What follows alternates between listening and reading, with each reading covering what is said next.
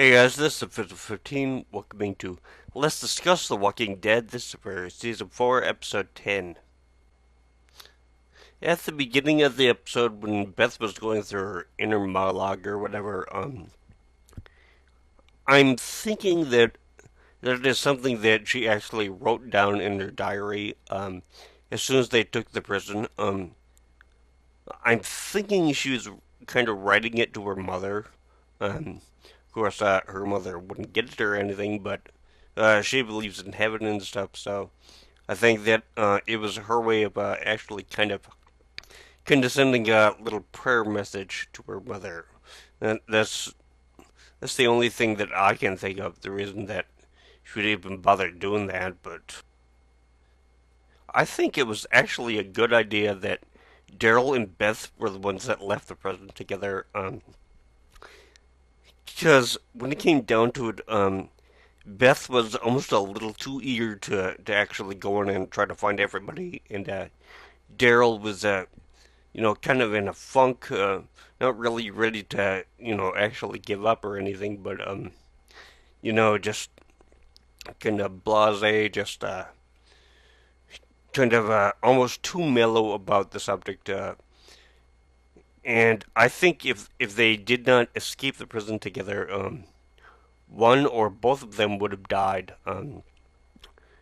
Daryl basically because he was kind of being neglectful of things that were around him, and Beth was just too gung ho. She would found herself easily surrounded and with only her knife. I don't think that she would have lasted too long. But with the shoe they found by that walker attack down by the railroad tracks, I don't know whose shoe that was supposed to be. I don't know if it was one of the group that was actually there that got attacked and got eaten and stuff. I don't know if it was one of their shoes that like fell out of one of their knapsacks or something like that. I think it was supposed to be like one of the girls, but yeah, I really didn't notice that type of pair of shoes on either of the girls. Maybe that's the kind they usually wore, and they just put on like a new pair of shoes that morning or something. But because if you think about it, who is not going to notice that a pair of shoes like came off one of their feet when they're traveling in the woods? You would think, they'd step on a stone or a stick or something and go right up through the sock and actually hurt their feet. So I do like the fact that when Tyrese and the girls escaped from the prison, um, when they revealed Judith, they didn't hit us over the head with it or anything like that. It was just kind of a subtle move where basically he just turned around and revealed her. So it wasn't like, hey, here's the baby, take care of her, that kind of stuff. So, of course, he did that later, which he could have regretted, but, you know, hey, whatever. I don't know if it would be really good to give a kid that young to a teenage, well, a tween, um, even if it wasn't like during a zombie apocalypse or anything. So maybe watching like 2 or 3 year old for like 5 minutes, but yeah, if you desperately have to go do something like right now or whatever, I would not hand it over to a kid for even like 5 minutes or whatever. I'd basically be like, okay, everybody has to come with me. So, um, for a moment last night, I thought that maybe it was Lizzie that was feeding the rats to the walkers outside, and like this is actually starting her on the path to being like a full-fledged psychopath or maybe a serial killer or something like that. But um, then I thought along the timeline, really doesn't work out because somebody was feeding the rats, the walkers outside, before she kind of went psycho, like when her dad died, and she was still kind of moping around. But then again, who knows? Maybe she went with rats up to the fence to feed that one walker that she kind of liked, because she was trying to kind of keep him alive, I guess you could say. Well, not from rotting away further. I guess that would be a better way of putting it. I'm kind of surprised that Carol showed up.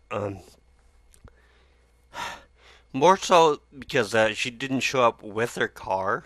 Um, I know that she kind of said before they took off down the railroad tracks that her car was surrounded by walkers and was like on fire and stuff like that. But I don't know.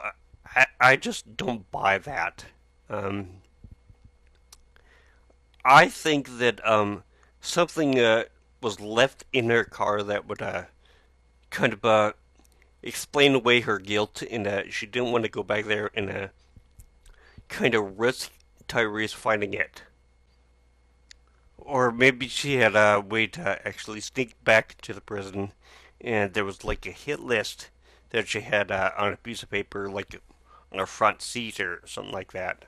Um, People that she had been planning to take out because they were sick. Um, like Sasha, maybe Herschel, some of the other leaders, maybe even Rick. Um, Probably not Daryl, but if he became too much of a threat, yeah, I think she probably would have taken him out too, or at least tried to.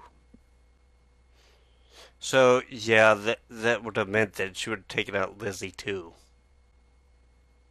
For Bob having such a grievous wound, um, Sasha was able to, patch up really nice without any real medical supplies.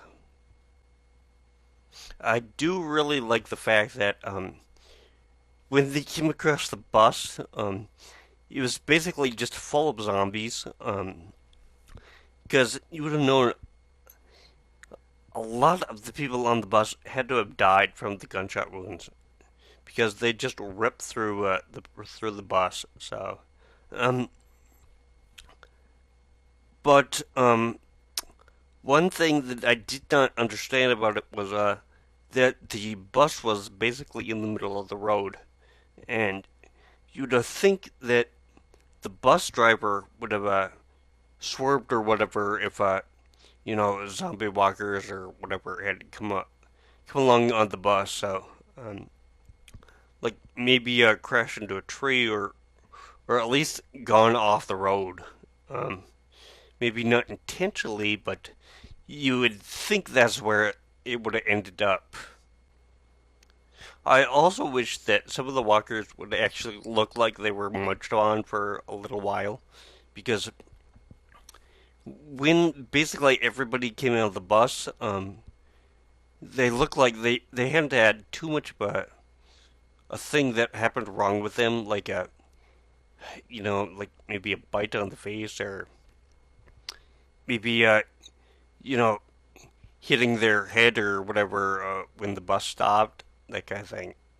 Not enough to actually permanently damage the brain or anything, but just enough to actually knock them out long enough for somebody to take a bite out of them or, you know, a brain hemorrhage or something like that. So, um, but one of the other things that kind of annoys me about this season is that whenever somebody freshly dies, um, they still look like one of the walkers that have been around for like a couple of years or whatever. They still have that grayed flesh, almost kind of a rotten look, that kind of stuff. So, um, I kind of think that the freshly dead walkers should look a little more like they did in season one.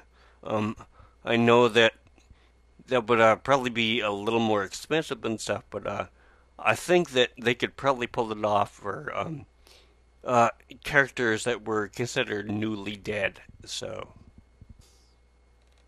okay, back at the prison,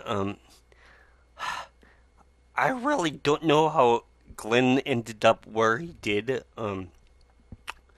Because I know his reasoning, at least what he said, was that he's getting off the bus to look for Maggie, which to me, something must have been really messed up with his eyes. He really could not see her like right in front of him.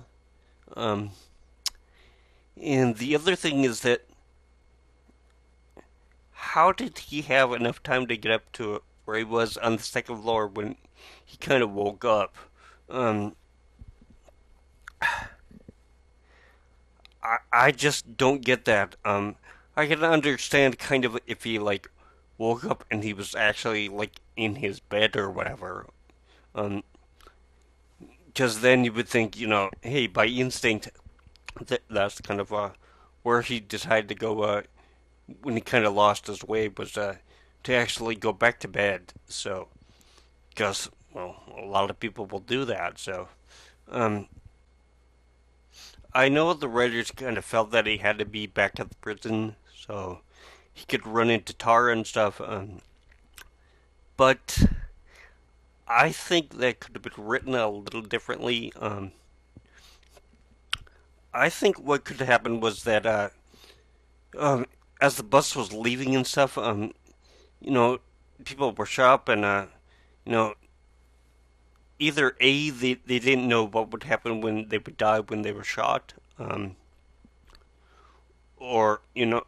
something like that. I think eventually after the bus left, to where the point where you know it's kind of out of the fighting and people were quote safe. Of course, they wouldn't be safe for very long, but um, then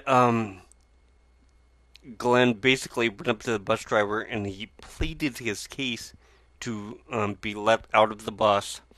And when he'd be let out of the bus, he would go, like a couple of feet or whatever. The bus would get out of range where they couldn't see him and stuff. And eventually, Glenn would collapse over and would kind of fall off a bridge.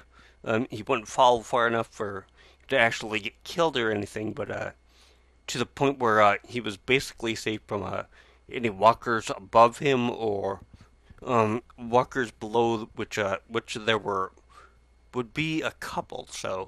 Um, so to me, that would make a little more sense than him just winding up on the second floor, uh, basically for no reason, with a whole bunch of walkers basically looking up at him. And then the thing with Tara is that if it was the situation that I was talking about, she wouldn't be back at the prison. Her mind would kind of be gone, at least for a moment. She'd be sitting like on the edge of the bridge, um, kind of wondering whether she should just jump off or just sit there until walkers came and got her, or kind of deciding basically what she was going to do next, that kind of thing. So the only thing that I can think of is that maybe they wanted her back at the prison so she could see her sister also getting killed, which to me she really didn't have to actually see that happen. People would know basically that's what would have happened,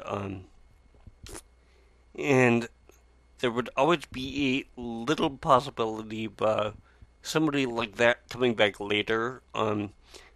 When we hear about somebody new that we'd never seen before, she could actually be a possibility for it. But hey, whatever. So, um, yeah, I'm kind of thinking a little bit too much of a Carver for the episode 2 of season 2 of the Walking Dead game. So,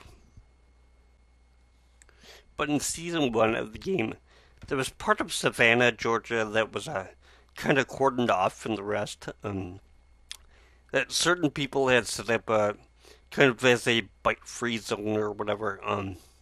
And if you were too old or too young or had something like diabetes or whatever, then you were kind of cast out. Um, I'm wondering if that is going to happen with the new people that they met at the end of the episode. I'm wondering if they're going to do the same thing with Tyrese. Not that he's been bitten or whatever, but because he's going to be considered less useful now that his arm's been injured. Um, I know that's kind of thinking ahead a little bit, but that's one of the things that I'm wondering if that is going to happen or not. So, also from the game, I would kind of like it if in one of these episodes they kind of ran across Clementine. Um, Either that or something that Clementine owned, because Clementine is just an awesome character. Um, I would really like to see her in the TV show. Um, I mean, any little girl that can stitch up her own arm is just awesome. Um,